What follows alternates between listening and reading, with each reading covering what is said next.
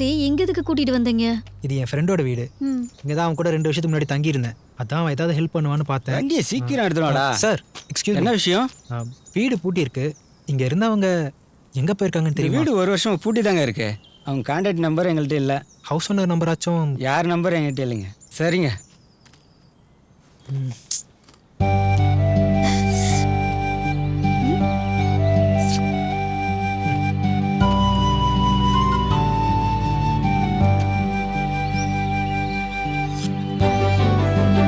எப்படி இருக்கு? சூப்பர்.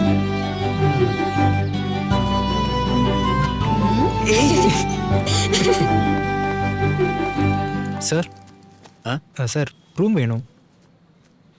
ரூமா? ஆதார் கார்டு கொடுங்க. ஆதார் கார்டு என்ன பண்ணுறது? என்ன ஆதார் கார்டு கேட்டால் திருத்துன்னு முடிச்சுட்டு இருக்கீங்க? இல்லை சார், வர அர்ஜென்ட்டில் எடுத்துகிட்டு வரல. வேறு ஏதாவது ஐடி ப்ரூஃப் இருக்கா? இல்லை சார், கொஞ்சம் சாரிப்பா, எங்கள் மேனேஜ்மெண்ட்டில் ஆதார் கார்டு ஐடி ப்ரூஃப் இல்லாமல் அலோட் பண்ண மாட்டாங்க. நீங்கள் வேற எங்கேயும் பாருங்களேன். ரொம்ப டயர்டா இருக்குடா. சரி வா, பார்க்கில் கொஞ்ச நேரம் ரெஸ்ட் எடுத்துட்டு அதுக்கப்புறம் என்ன பண்ணுறதுன்னு யோசிக்கலாம்.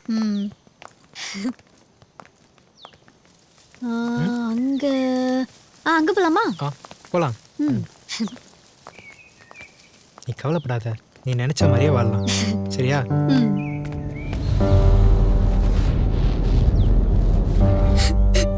ஏய், ஏன் அழுவுற? ஜனனி, என்னாச்சு? இல்ல, ஆசையா வளர்த்த அப்பா அம்மா பேச்ச மீறி ஆசைப்பட்ட உன் கூட ஓடி வந்துட்டேன். என்னதான் இருந்தாலும் பெத்தவங்களுக்கு இப்படி ஒரு துரோகத்தை பண்ணிருக்க கூடாது. அதை நினைச்சுதான் மனசுக்கு ரொம்ப கஷ்டமா இருக்கு. ஜனனி, எனக்கும் அதே ஃபீலிங் தான். இதெல்லாம் நம்ம வீட்டை விட்டு கிளம்புறதுக்கு முன்னாடி யோசிக்க வேண்டியது. இப்போ பேசி பிரயோஜனம் இல்லை. போகி மாதிரி பழசெல்லாம் போட்டு எரிச்சிட்டு இப்போ பொங்கலை கொண்டாடலாமா?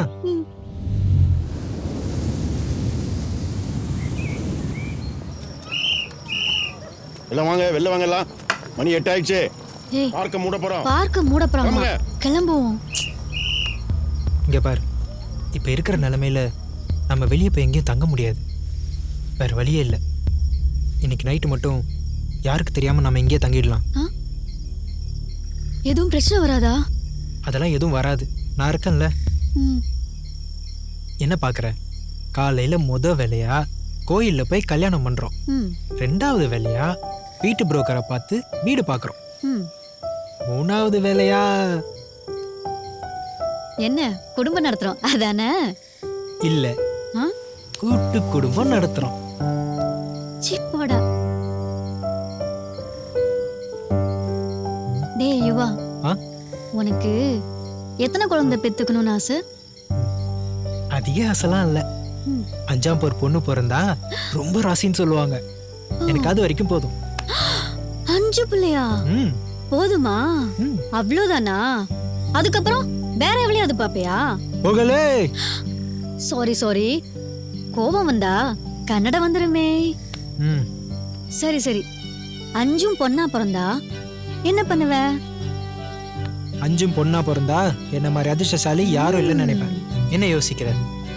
இப்பெல்லாம் பசங்க யாரும் சோறு போடுறது இல்லை, பொண்ணுக்கு தான் போட்டுட்டு இருக்கு. நமக்கு 5 இடத்துல சாப்பாடு. வயசான காலத்துல பெத்தவங்க பொண்ணுங்க வீட்டுல தான் அதிகமா இருக்காங்க. கவலைப்படாத, நான் அந்த அளவுக்கு உன்னை கையேந்து விட மாட்டேன். உன்னை ராஜா மாதிரி கடைசி வரைக்கும் பாத்துக்குவேன். மச்சான், ஃபிகர் செம்மையா இருக்காடா.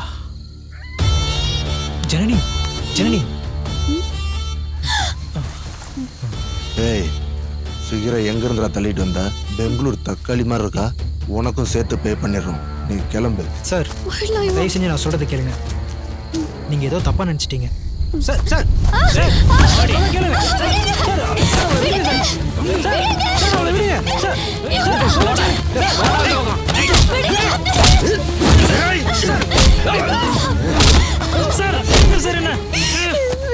கல்யாணம் விடிஞ்ச கல்யாணமா? அதுக்கு முன்னாடி ரிஹர்சல் பார்க்கலாமா?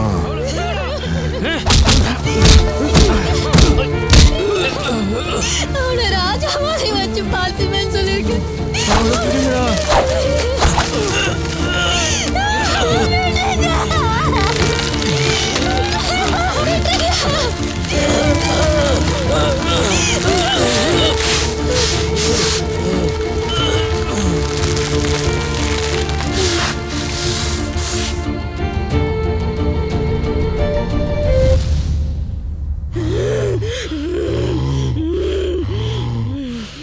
பணத்துக்காக வாட்ச்மேன், டாக்டர், இன்ஸ்பெக்டர் இவங்க எல்லாம் மந்திரி பையன் பண்ண தப்புக்கு துணை போனாங்களே, இவங்களெல்லாம் சும்மா விட முடியுமா? அதனாலதான் கொன்னோம்.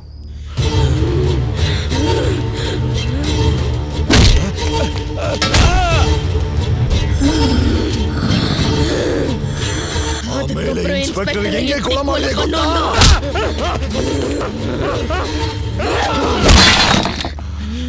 இத்தனை பேரை சாகடிச்சிங்க. தப்பு பண்றது குழந்தையா இருந்த டாக்டர் ஏன் இன்னும் விட்டு வச்சிருக்கீங்க? மேடம், டாக்டர் ஹைவே மேம்பாலத்துல செத்து கிடக்குறாரு மேடம்.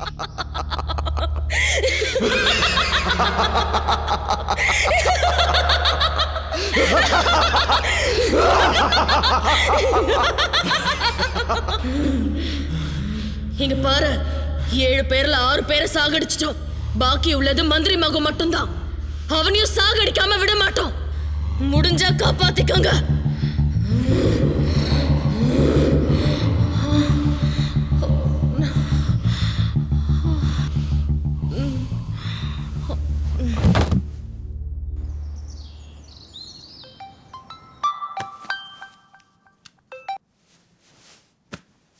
சொல்லுங்க டிஎஸ்பி மேடம். உங்க பையன் பெரிய பிரச்சனையில மாட்டிட்டு இருக்கான். இது விஷயமா அவரை நான் நேர்ல சந்திச்சு பேசணும். அப்பதான் பிளானை எக்ஸிக்யூட் பண்ண முடியும். கொஞ்சம் கோஆபரேட் பண்ண சொல்லுங்க ப்ளீஸ் சார். வர சொல்றேன்.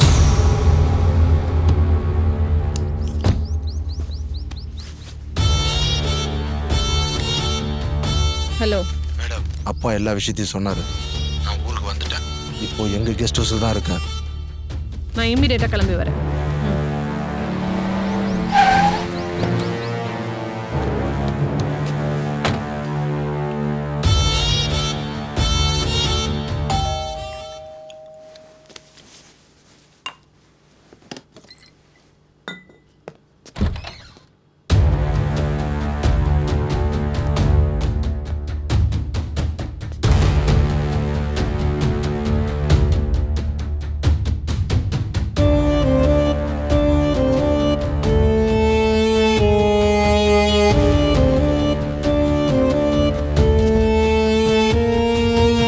சொல்லுங்க மேடம், நான் என்ன பண்ணணும்?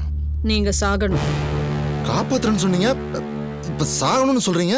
பதட்டப்படாதீங்க. நான் சொல்றத மட்டும் நீங்க கேளுங்க. நான் அந்த பேய்ங்க கிட்ட போய் மந்திரி பையனை கைது பண்ண போனேன். அப்ப அவன் தப்பிச்சு ஓட போனப்போ கார்ல அடிபட்டு செத்து போயிட்டதா ஒரு சின்ன பொய் சொல்லுவேன். அத அவங்க நம்பி உண்மையாவே செத்து போயிட்டாங்கன்னு நினைச்சு சந்தோஷப்பட்டு விலகிடும். அதுக்கப்புறம் ரொம்ப நாள் கழிச்சு உங்க இஷ்டம் போல நீங்க ஃபாரின் போறீங்களோ எங்க போறீங்களோ அது உங்க விருப்பம். மொத்தத்துல இதுதான் நம்மளோட பிளான். சூப்பர் மேடம், அப்படியே பண்ணிடலாம். ஏய், என்ன பண்ணிட்டு இருக்கீங்க? எந்திரிமா. யோ, எங்க அந்த 2 பேரும்? சாரி சார், போயா? இங்க தான் இருந்தாங்க. சொல்லுங்க. மேடம், அந்த 2 பேரும் தப்பிச்சிட்டாங்க. சரி, நான் பாத்துக்கிறேன்.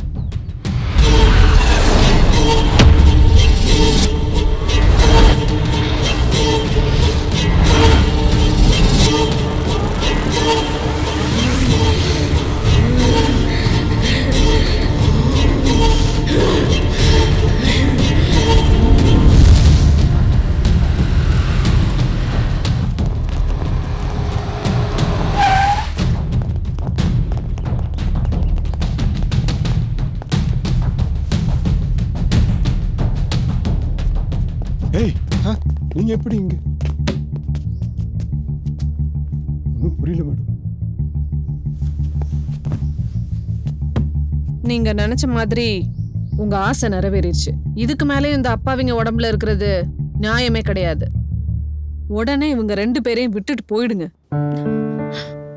இவங்களும் உங்களை மாதிரி லவ் பண்ணி கல்யாணம் பண்ணிக்க ஆசைப்படுறவங்க தான். அவங்க வழி என்னன்னு உங்களுக்கு புரியும்னு நினைக்கிறேன்.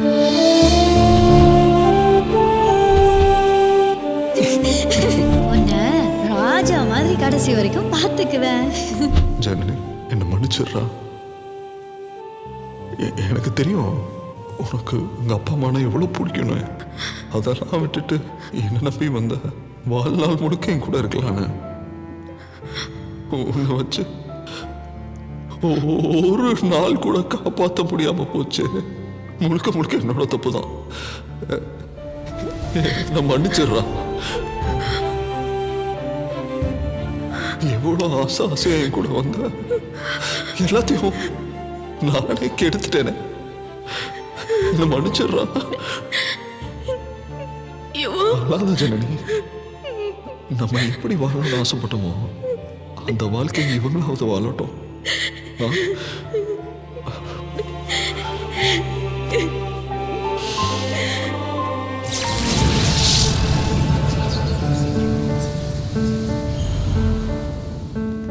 நல்லபடியா நம்மளோட ஆபரேஷன் சக்சஸ்ஃபுல்லா முடிஞ்சிச்சு sir.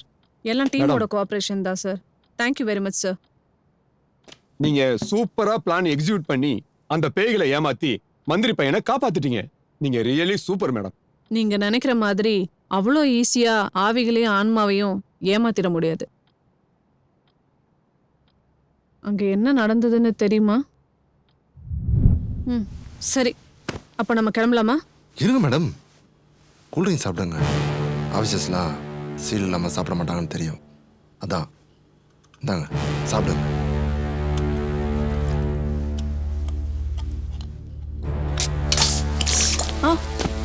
Shit.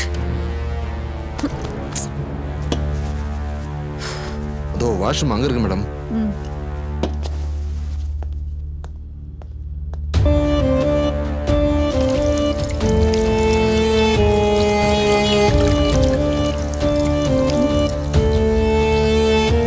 Hey, what do you want here?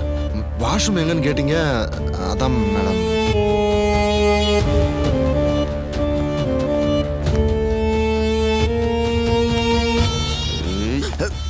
Hey, என்ன பண்ற? நான் யாருன்னு தெரியும்ல? நீங்க யாரா இருந்தாலும் ஒரு பொண்ணு தானே. என்ன பார்க்குற? நீங்க பார்க்கறதுக்கு சும்மா கும்முன்னு இருக்கீங்க. கொஞ்ச நேரம் கம்முன்னு இருந்தீங்கன்னா அப்புறம் ஜம்முன்னு இருந்துட்டு பிளானை எக்ஸிக்யூட் பண்ணிடலாம் மேடம். டேய் நாயே, உன்னை காப்பாத்த வந்தவ கொலை பண்ண வச்சிடாத. ஆல்ரெடி கண்ணாலேயே கொன்னுட்ட, இப்ப கண்ணால கொல்ல போறியோ? நீ சொன்ன பிளானை நான் ஒத்துக்கணும், ஆனா நான் சொன்ன பிளானை நீ ஒத்துக்க மாட்டியா? நியாயமா செத்துறாத. அவ்வளோ சீக்கிரம் எங்களை மாதிரி பெரிய ஆளுங்களெல்லாம் உங்களால சுட முடியாது தெரியுமா? ஏய், உன்னை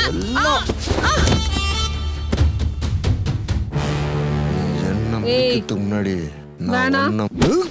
ஏய், டோன்ட் ஷூட்.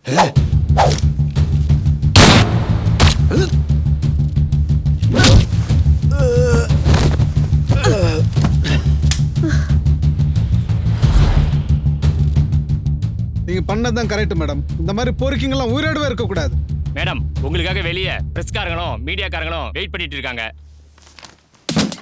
தொழிலதிபரின் மகன்கள் 3 பேரின் கொலைக்கும் முன்னாள் மத்திய மந்திரி கருணாகரனின் மகன் ஆதிதான் காரணம் என டிஎஸ்பி ருத்ரா நடத்தி வந்த விசாரணையில் தெரிய வந்துள்ளது. பணத்திற்கும் அதிகாரத்திற்கும் அடிபணியாமல் சட்டம் அனைவருக்கும் சமம் என்ற முறையில் தவறு செய்த மந்திரி மகனை என்கவுண்டரில் சுட்டுக் கொன்ற டிஎஸ்பி ருத்ரா அவர்களுக்கு மக்களிடமிருந்து பாராட்டுக்கள் குவிந்த வண்ணம் உள்ளது. ஆவிகளை விரட்டுவதற்கு மந்திரமோ தந்திரமோ தேவையில்லை. அதுங்க ஆசைகளை நிறைவேற்றினால் அதுவாகவே போய்விடும்.